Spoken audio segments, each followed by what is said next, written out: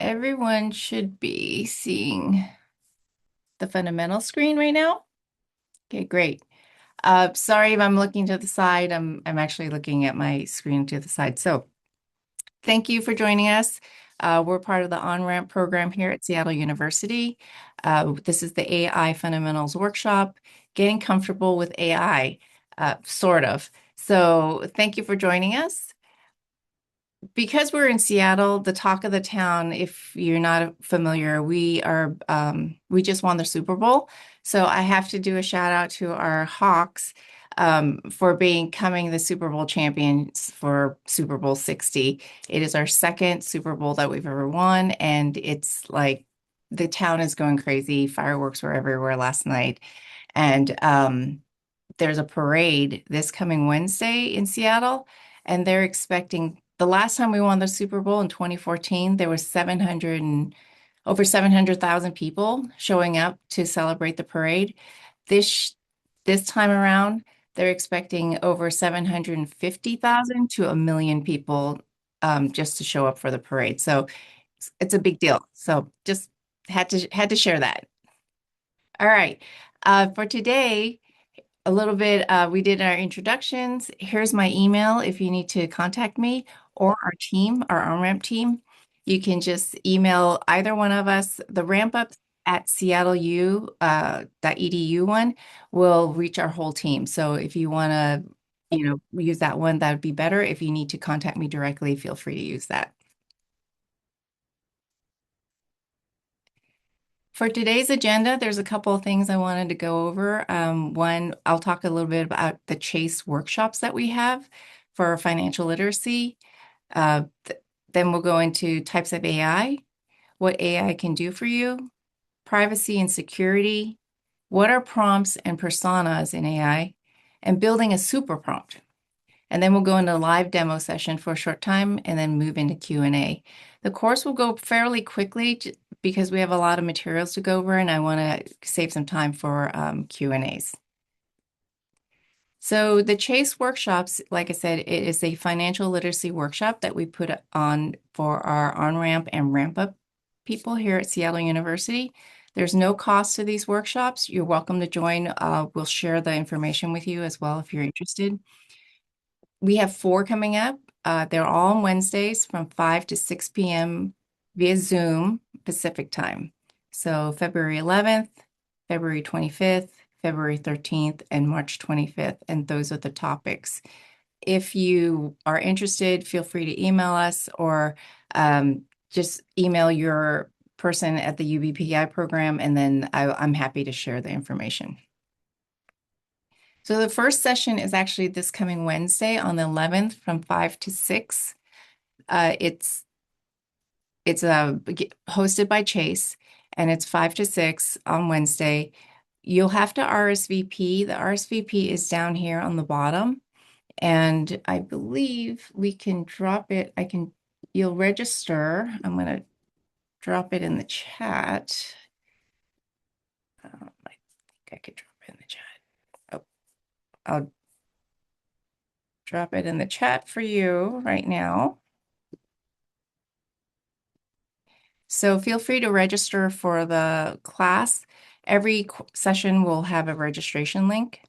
The next one is on the 25th, and that's another workshop that you can register for. It says 24th, but I think it's the 25th. They might have made a mistake, but we can confirm that. Before I continue, are there any questions about what I just went over, or I need to clarify anything? I can't see you, so you're going to have to raise your hand or kind of put it in the chat. Okay. No, no questions? All right. I will continue. So let's just jump right into what is AI? What types of AI is there? There's all types of AI. There's AI to support marketing, finance, day-to-day operations, writing. There's so many apps. Which one do you use? for today's focus, we're going to focus on generative AI, and that's the AI that helps you do some work. You can ask questions, and the most famous one is that we're going to focus on is ChatGPT. Generative AI, also we there's some topics. There's machine learning. What does that mean? That means whatever you're putting into the AI app that you're using, there is a software that's learning all the information that you're putting in there. So if you're familiar, when ChatGPT started, it wasn't very good. The information was spotty. It wouldn't make up right things. But then as the machine learned, it got better and better. And now there's AI that can sound similar to humans. If you hear the voice ones, they're also very good. And then there's also AI that now creates video content. So Sora AI is one of those video content ones where you could type in information and it'll generate a video. There's a ChatGPT starting to do that where you could put in a picture and say like, make me a video of my cat dancing, and that can happen. We're not going to go into that. We're going to go into more how to use AI for your business. So what can AI do? I kind of talked about it. It could do marketing ideas, outreach for your customers. You can plan events. You know what, like I'm going to have a big marketplace in 6 weeks. Work backwards, give me the time frame on what I should do, how I should do it. You could put all that in there and give you a nice framework. You can do financial analysis. You could put in a spreadsheet and say, give me the key points. Where am I losing money? Where am I making money? What are the things that I need to look at? And what am I missing? You could put that into an AI software as well.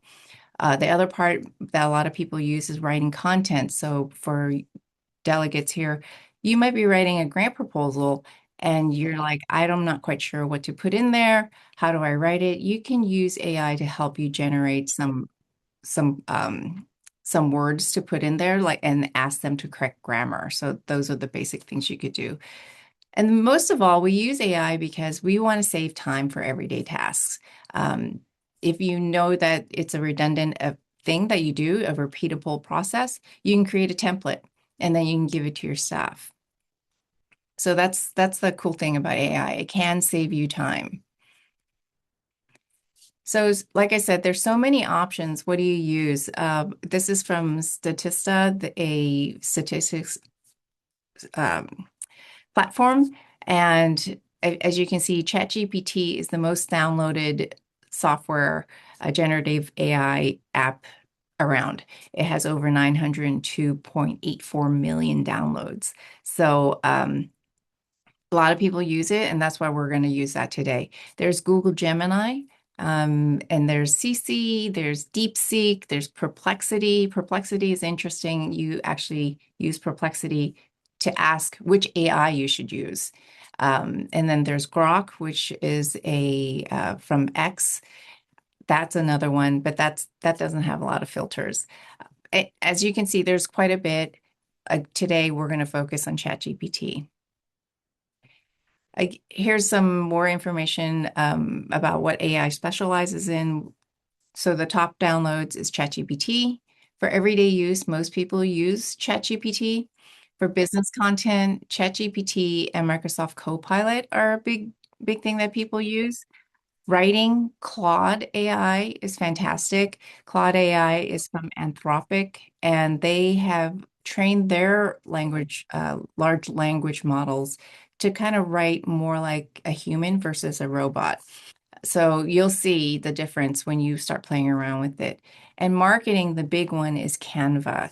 Canva was a software that was created for marketing people, and then they created an AI version, which has really made things a lot easier. So as an entrepreneur, even though you don't have a marketing team or writers or financial people, you could leverage AI to help you move things along a little bit.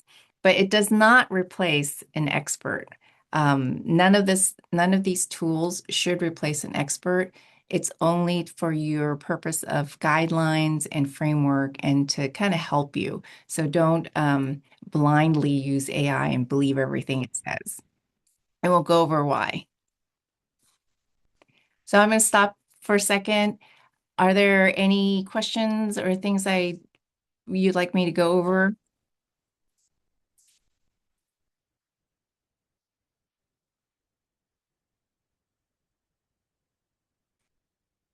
Okay, we'll keep going. All right. So before you use AI, this is the one most important thing that you need to remember is that you have to be really careful about what you put into this any software in AI. If you don't want people to read it or you don't want people to know about it, and don't put it in there. Privacy is super important. There are guardrails for some of the AI, and some AI there are no guardrails. Like Grok, for instance, has no filter. You could do whatever you want on there. There's a lot of things that are not okay, and they still let you do it. Other AI have more guardrails and more security where they're saying, like, no, we don't talk about those things. So just be careful on which AI you tend to use. So never share sensitive data. That's like your name, your social security number. Passwords, things like that. I would not put that in there. If you're not going to put it into the internet, don't put it into AI. So how do you use information? So you should redact information. So if you're writing a document with a company name and a lot of information, I would cut and paste that document into Word and then remove all the names and indicators that someone can say, like, oh, this is about this or that person. So anonymize all your information, especially financial information. Remove a lot of indicators that it's about your business or somebody else's business. And think about, if you're using AI, will your organization allow you to use it? So that's something you should check on. And also, whatever you put into AI, just assume it's going to be stored. It's stored. Someone's going to be able to access it. So please be careful. Even though if you have a private one and you put information in, just know that somebody can, if they wanted to, they can look at it. And the other thing is AI hallucinates. So maybe you've heard that before. They'll make up stuff. You put in a question, and if they don't know, there's no haven't learned it, they'll make up something. A perfect example was one time I was playing with AI and wanted to hear about some framework about how I could market this business. Happened to be a Korean business, and I didn't write the name or the owner's name. And I just said, hey, there's a Korean business in the Seattle area in this location. How do I market this business? AI came back with some suggestions, and it also gave the Korean restaurant a name and the owner a name. So when I went back to AI, I said, like, hey, where'd you get this restaurant? And who is this person? It actually responded and said, well, you told me, but I didn't. So when I pushed it, and I actually was talking to the AI saying, like, hey, I didn't tell you, look back at my prompt. It came back and said, like, oh, you're right. I made that up. So just be careful about information that is being pumped out of the AI. Always check it. And again, I said AI can't replace human experts. So if you're like, oh, I don't need a lawyer, I'm just going to use AI, that's probably, I wouldn't suggest that. You could use AI to ask, like, what kind of lawyer I should use, what type of questions I should ask. Those are things that you should use AI for, but don't use that as a replacement for experts. And also watch for biases. It's much better now, but they do have a tendency to be biased towards certain things. So you still need to put your critical thinking hat on to assess if what it's saying is accurate and aligned with what you're thinking. And then keep a record so you can track what you've put in.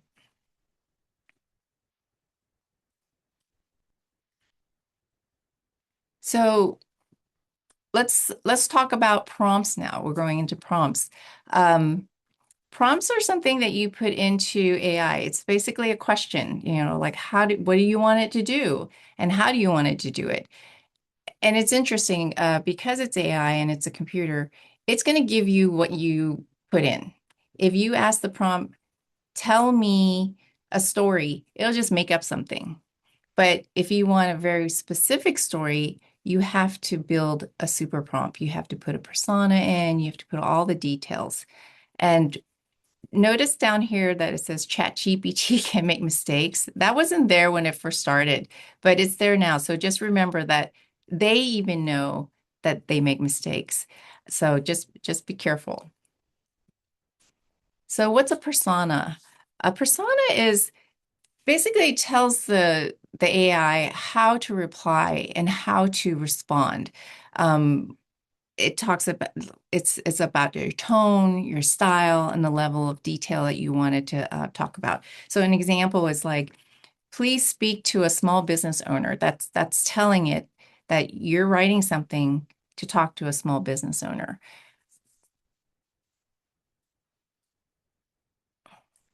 And then building a simple prompt when you in ChatGPT to ask anything, you're going to write, like, I'm a small business owner who sells a product or service, and I'm located in this city. Write a short, friendly description of my business that I can use on my own website. This is if you're going to create like a quick blip on your website, you can put that. That's a really simple prompt. And some of the other simple prompts would be, generate a marketing plan for me for a small business owner selling coffee. But the best prompts, the more you feed into it, the more information you get, and it'll be more aligned to what you want. And even if you put this in and it's not what you want, just keep feeding it information like, hey, I need more detail. I'm based out of here. What are the top things that you're looking for, etc. What I like to do, and I encourage you all to practice, is building a super prompt. And what's a super prompt?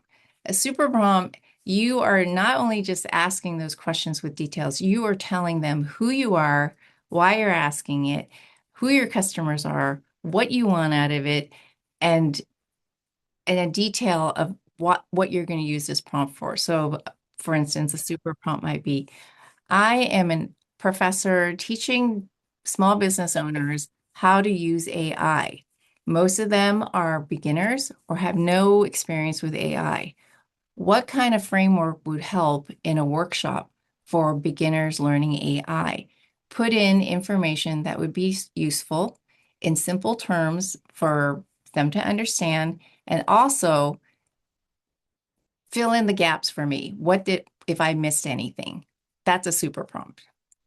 It's very detailed, it has a lot of information. And even at that point, when it pumps out the information, it still might not be exactly what I'm looking for. So I would keep feeding it in. I'm going to stop there for a second. Any questions about a prompt and a super prompt? You could type in the chat or you could speak up.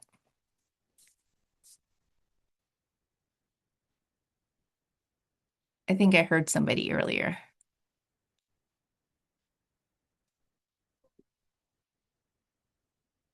No? Okay. All right, we'll keep going. I have a question. Sure. So the super prompt is just going more into details in asking the question to Yes. AI? Okay. Yes. Just remember it's a computer, so what you put in is what you get out. So if you put not a lot of information in it, it's probably just going to give you some general stuff that's not very detailed and not very specific to your needs. But if you build a super prompt and it's very detailed, it has a lot of information, it will give you probably closer to what you want. Tend to spend um, I would say about 10 minutes building, 5 to 10 minutes building a super prompt before I hit the button to generate something. There's a question. Olga. Yes, hi. Hi. I wanted to see, I'm wondering if this is the same thing as this is not like my first AI training, but there's a way that you could, like in projects, set the tone for certain projects. Is that the same thing that you're describing, kind of giving it a specific tone Yes. for, Or is that something different? There's an additional way to do it, like in settings to where you set a tone. Maybe you probably know more about what I'm asking.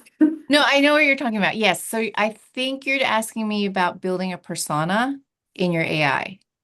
So there's a setting in there that you could build personas. Personas are like I don't want to call them, well, it's sort of like people, like different things. I have a friend that is one person, does a lot of stuff and has built different personas in his AI.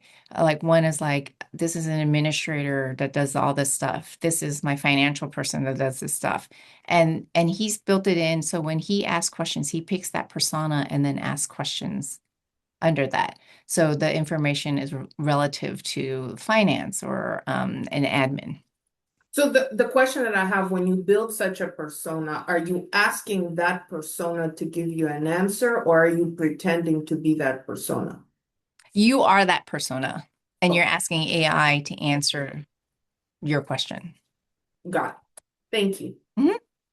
Any other questions? Those are great questions. Is there a difference between the chat GPT on the phone and the chat GPT on a computer?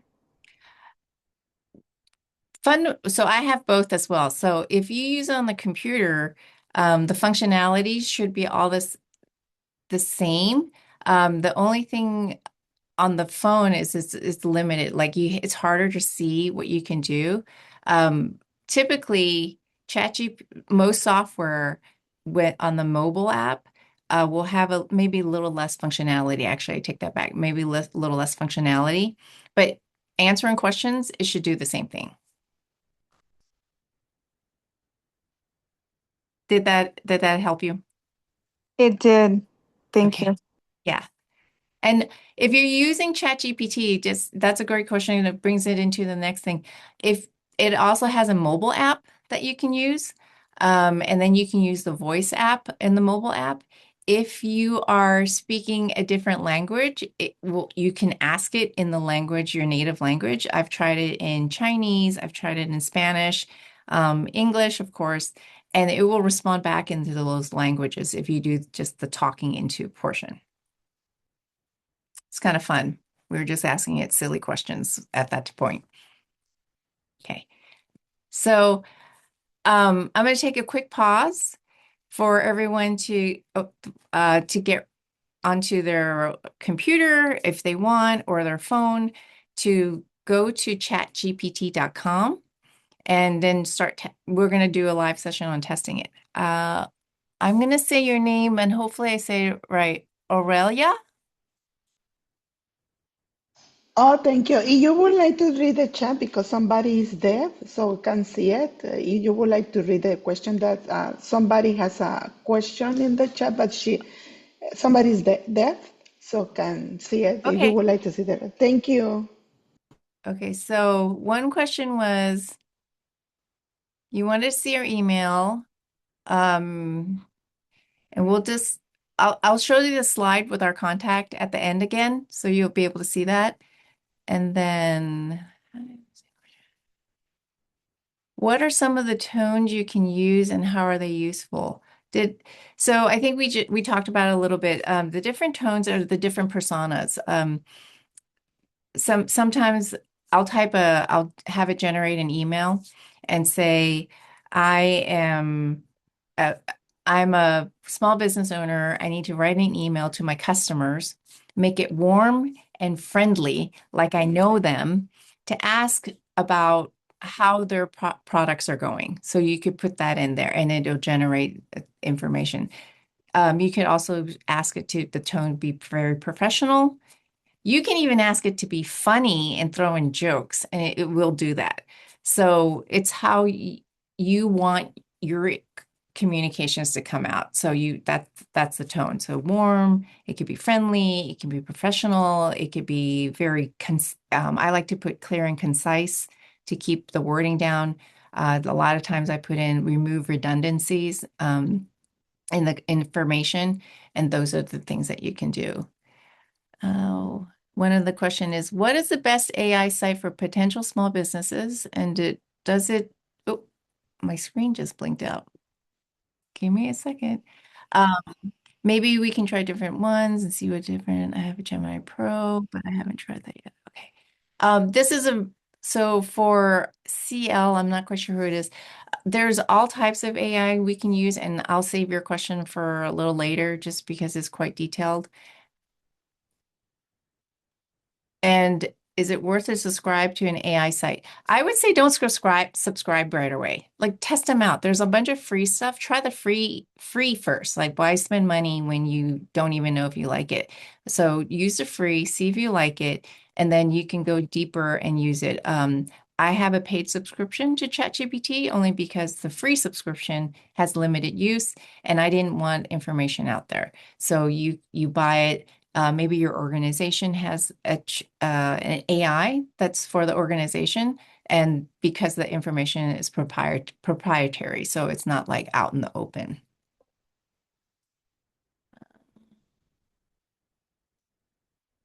Yes, I will send the slide deck out to your what is it? Your UBPI folks. If you actually, I'm trying to think, maybe that's too hard. If you want the slide deck, can you drop your email into the chat because it's recorded and I can send it to you. Yes, ChatGPT is free up to a certain point. It probably will let you use, I forgot how many questions before it'll say like you need to pay for it. So, or it'll say you can ask so many questions and then you have to wait 2 hours before you can ask questions. So if you're going to use the free one, think about what you put in before you type in. If you're playing with it, that's fine. But if you're actually trying to do work, think of your super prompt before you start it. Let's see. Think I think I got all the questions. Thank you. Are there any other questions from anyone? No? Okay. No, thank you. All right. All right. So if you are on a computer, I think you can do it on your phone too. You would have to, for your phone, you could go Google. So I'm going to share screen still, but I am going to go, I'm going to stop it for a second to go into the live session. But before we go, let me go back in. So go to ChatGPT. You want to log in with a new email. So one of the things, if you don't want to start a free sign up yet, you can test ChatGPT without signing up. If you do want to sign up for the free account, I don't recommend you using your personal email account. Start a new one. There's no cost in Gmail to make up a free one, make up a free name. It could be, crazy cat 123. That's your AI email. That's what you use. Um, I don't use my personal email address in ChatGPT, just because I just don't trust it. That's just me. If you already have it and you want to switch over, that's not a problem either. So I recommend getting a new email account to start your AI information, especially in ChatGPT. If it's Canva or something that your organization uses, that's probably not a problem. Before we go in, just so you know, this is the prompt. This is the box where you put all your information in, ask anything. If you pay for ChatGPT, this area here, it gives you options to say you want a fast answer, you want it to think, you want it to be analytical. It gives you some options to decide what you want. And this plus sign here is for you to add files. So maybe you have a file, that you can share, or you've redacted all the private information, and you wanted to analyze say an email, like I don't understand this email. Can you summarize it for me and give me some insights and some takeaways?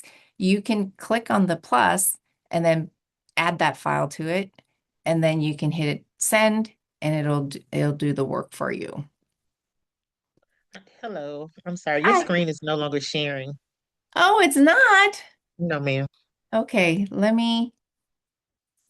it says it's sharing on my thing. I love technology. Okay, hold on a second. There. Stop one. You're looking at it now? Yes, ma'am. Thank Okay. you. Whew. Thank you for letting me know. Um, so I'll just repeat myself. Log in with a new email account, enter your prompts here in the Ask Anything. If you have a paid subscription, this part, the thinking part, will give you options on how you want it to analyze your information. And this circle here is where you drop in files and pictures and things for it to analyze. Okay, so we're going to go into a live session. I'm going to stop sharing my screen with the deck, but I'll share it with my Google. So let me see if we could do this. Are there any questions so far? Okay. All right, so we are looking at Google and we're going to go into Chat GPT. And you want to use this one where it says chatgpt.com. Click on the official website and you'll see you can log in or you can sign up for free. When you click sign up for free, it's going to ask for your email account. And I recommend you use a different email account, not your personal email account if you can. For our purposes, I'm just going to use no signing up and you could ask it anything you want. So this is where you type in the information. So let's just say, let's open it up to the audience. Someone asked me someone tell me what they want to ask ChatGPT.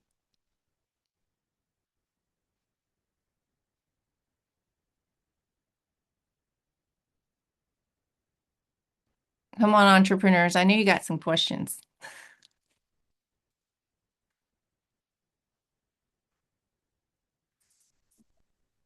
What's my competitor? Okay. So let's that's a good question. Who are my Who? competitors? Okay. So if I put that in, I'll just show you what it comes out with.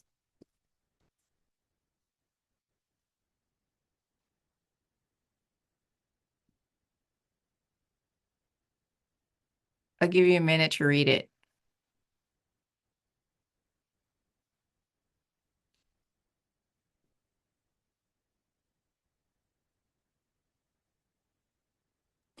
So based on the questions, you just respond to what it's asking, correct? Right. So you asked, what's my or someone asked, Who? who's my competitor, right? Yes. Well, there's no context. Like that's why it's saying like, hey, I would love to help you, but you need to tell me these things. Like you run a blank business for type of customers, or I'm a content creator for a marketing company in whatever space. Or put it who's my competitor and then put your business link in there. And then that way it'll analyze it. Okay. So that's where that's why the super prompt is important.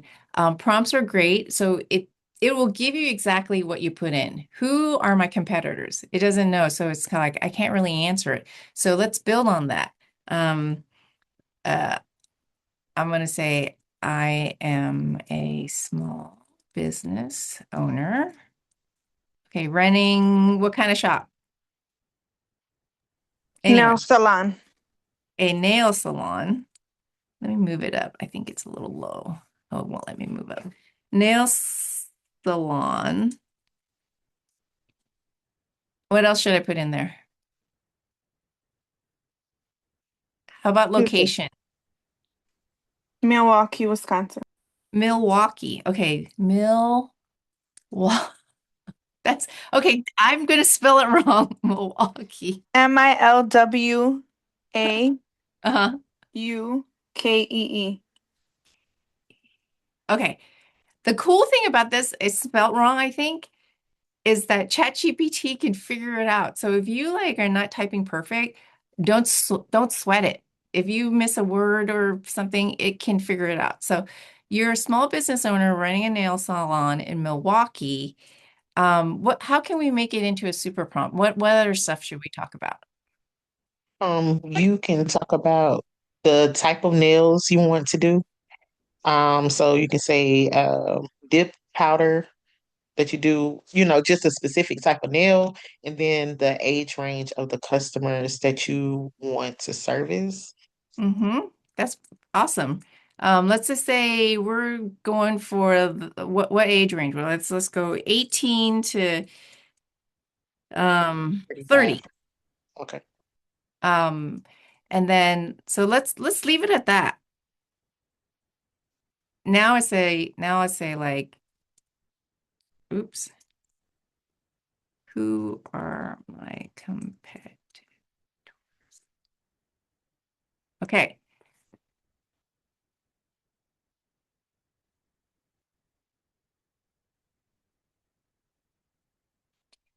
So you see how you built the super prompt? It gave you much more detailed information. It talks about salons. Now, I don't know if it's 100% accurate, right? So you actually need to go now and look up this website, see if it is. And the nice part is that it gives you a link, so you don't have to do a lot of work. You can just click on it and you can go to the website. You can scope out your competitors to see like, hey, this is what they're doing, and et cetera. So it talks about many clients pick salons based on style, price, location, vibe, and social media presence, right? And then it keeps going. Why these matter.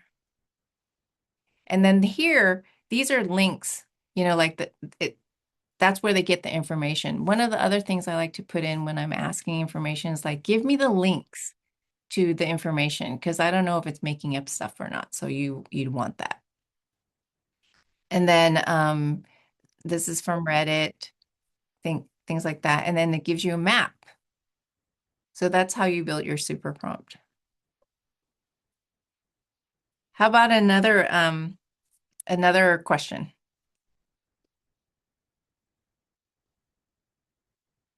I have a question. Can you direct it to give you information that's research proven by certain types of research, as opposed to maybe it just pulls from the most trendy piece of information that's out there?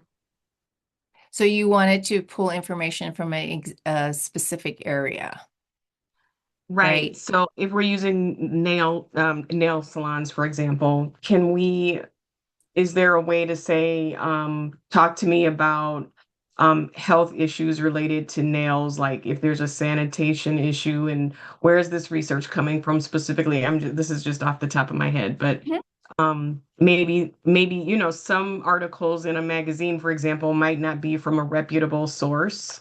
Hmm. Yeah. So can you direct it to say, only give me research data from fill in the blank?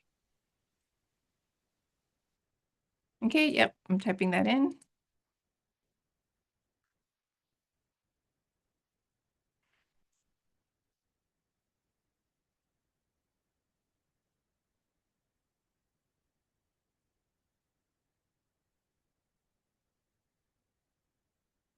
Okay.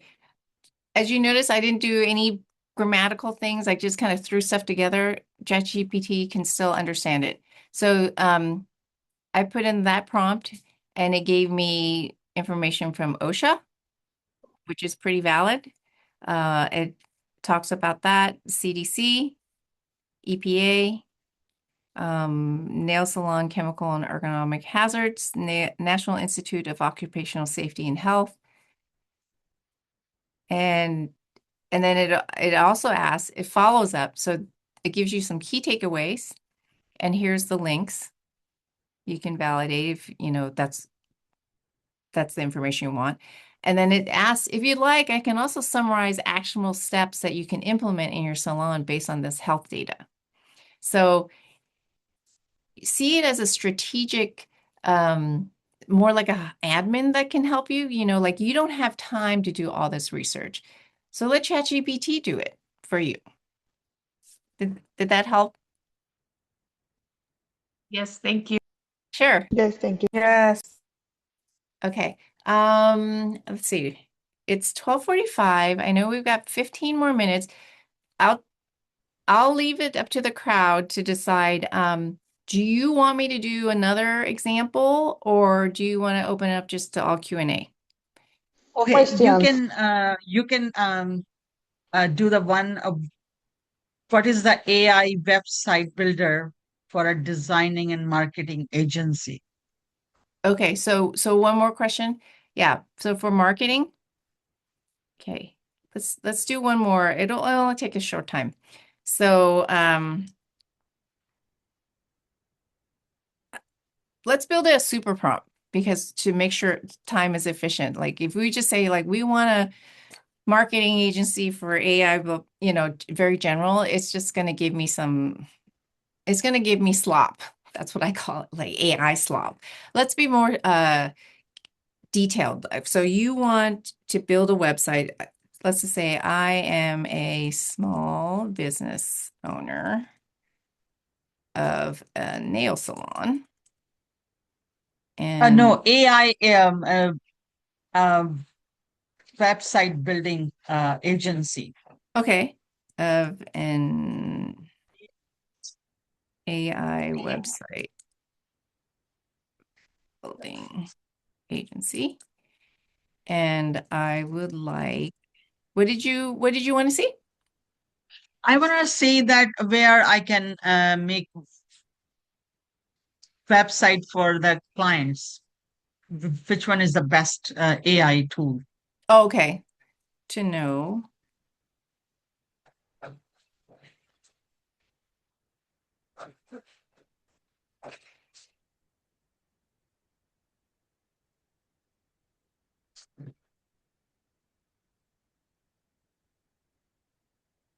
Okay, so that's a very general question. So you just plop that in, it'll search the web and it'll give you some top ones. And then you would have to do your due diligence to check like, hey, are these good or not? And I would even take it into the next step when you ask a question, once it gives it information, ask it like, what are the pros and cons of using these websites? So for instance, I know, for instance, Wix is great and it's free for a lot of businesses, but if you need to migrate it into, let's say Shopify, it takes a lot of effort. So think about long-term things, ask those questions. Use the ChatGPT or whatever AI you're using to have foresight for you, right? You're using the work, but have it ask them like, hey, how hard is this to change it to another platform? One of the things that we've discovered is people who use QuickBooks, it's there's a hard learning curve to QuickBooks, but if you scale and you increase your business and you grow, QuickBooks is really the best one to scale with. There's another one that we've encouraged people to use is Wave. If you stay, in your small business and under a certain amount, Wave is great.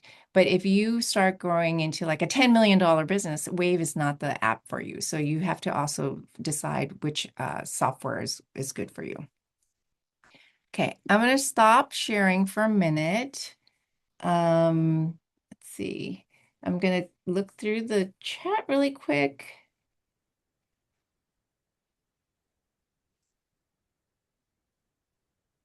So one of the questions was marketing, and you can do a marketing one for ChatGPT. I'm going to give you a prompt. When you want to do is you could have ChatGPT build you a marketing prompt, like give me a marketing campaign for my nail salon based in Milwaukee, specializing in dip nails, catered to 18 to 30-year-old. I would like a 30 to 60 and 90-day marketing campaign. What does that look like? And it'll give you all the step-by-step. 30 days, week one, you should do that. And then dig into it. Like most of my customers find me in TikTok. So give me some ideas for TikTok. So you can use AI for things like that. Let's see, let me go back to my slides. Okay, so Are there any additional questions?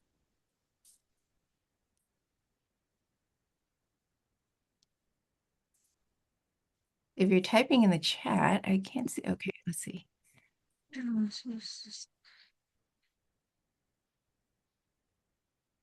No more questions? I Already? just had one. I had a question. I was just saying that I've been using ChatGPT for a little bit. I already gave them information. I mean, as far as if they asked for my email, I'm pretty sure I gave them my regular email. I didn't come up with one. So for me to give them another one now, they already have that one kind of stored and memorized. Would you say? Yeah, but you can still create a new one. I mean, it's never too late to switch over. Okay. Thank you. Yeah. hmm Um, so if I'm going to save this deck and I will forward it. I have everyone's email here. I'll forward it to you. And then if you have additional questions, feel free to ask me. I do have a request for you all to take a short poll. It's literally 3 questions, but it does really help with these workshops to continue to have them or not. So I'm going to launch the poll. You'll see it. If you could just take 5 seconds to click through it, I really appreciate your time to do that.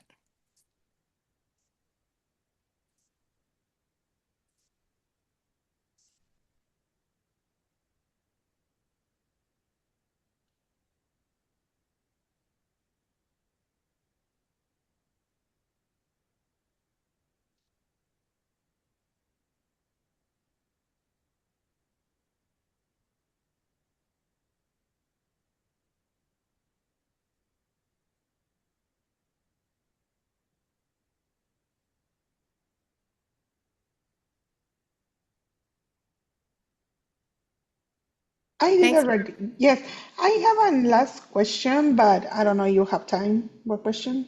Yeah, we have time. I want to appreciate thank everyone for taking the poll. This will help me decide if we have another workshop or information that, going forward that's linked to this or something new. And then if, like I said, if you have any questions, feel free to email us. Here's my contact information again, so you can take a picture of it or wait for the deck to be shared. I And didn't we'll I didn't see a poll. Where is it? Is it in the chat? Oh, it should, yeah, it should. Let me see. Polls. It should have been launched. Yeah, it should have been launched. Um, well, you could just type it in the chat. What the question was the workshop helpful? And then would you like to have more AI workshops? And then if you could rate this workshop 0 to 5, 5 being extremely likely that like you liked it, you can rate it. Those are the 3 questions. So I want to thank everyone who did do oops, the the poll. Well, I don't want to keep, I know you're on your lunch hour, so I want to thank everyone for joining us. If you want to stay and there's more questions, I'm happy to answer them. It looks like Aurelia has one more question. Yes, thank you. Excellent, excellent workshop. Congratulations. Thank you for your time. My question you just said is I sign in on ChatGPT for personal. I did with my personal email. You said it's not good. So another account. Why? The reason why I suggest that you use a different account and not your personal email is because your personal email is your personal email with your personal information. So if somebody were to somehow, and as we know, security is really important. There's a data breach or security breach, and they get access to your personal email, they can get access to more than just ChatGPT. And that's why. It's just another layer of security. It's not that it's bad that you put it in there. A lot of people use their personal email, but if you can mitigate things and build another layer of a hurdle for somebody to get into your information, that's probably a better practice. Thank you. Sure. Any other questions? do you have less of a concern with the personal email account if you're paying for your ChatGPT script subscription? I do have a little less concern if you're paying for it because that's more you're paying for it and it's not out in the open. The difference, remember, I'm an econ major, so there's no such in economics, there's a saying, there's no such thing as a free lunch. Someone's paying for something. So the reason why it's free is because it's taking all your information and teaching their large language model how to answer questions. So whatever you're feeding into that, it's using it as information to give to somebody else. But if you're doing a private one, you've paid for it, it's your own subscription. It's saying that I don't want you to use my information to feed your large language model. It's mine. So I'm not as concerned if you pay for it. But even though I have a paid one, I still use a alternative email address. If you already have your personal email, how would you change to anyone to avoid that? So I'm not an expert in that. I would assume if you're doing the free one, you would just not use that other one and just use the the other one. Anyone. Okay. Yeah. Mm-hmm. If Okay. you're paying for it, then like I said, I'm not as worried. But if you haven't started it, it's a good practice to not use your own personal email. It's just sort of like, for me, it's out in the internet. There's so many data breaches. If you can just build an extra layer of protection for yourself, why not do it? It's 5 minutes to create another Gmail account. Absolutely. I agree. Thank you. Mhm. That's great information to have. Just Yeah. a quick question on that too. If you have a free one and you use your personal email account to create the free one, and you start one with a subscription and use that same personal email account with the subscription, would the fact that you have the free one existing make a difference? I actually I actually don't know how to answer that question. I would assume that the free one is the information you've put in there is already stuck in their large language model, and anything that you've built into your personal one stays in your personal one. So there should be a divide of information. But I would look into the privacy, like I would have to look into the privacy thing. But you can also do this, which I just thought of. You can ask ChatGPT the same exact question you just asked me, and then ask it to reference it in their privacy content in the contracts, so you could look at it. Thank you. Mhm. We got 2 more minutes. I'm happy to answer questions before I go and you all take off. Hopefully, this was helpful for you.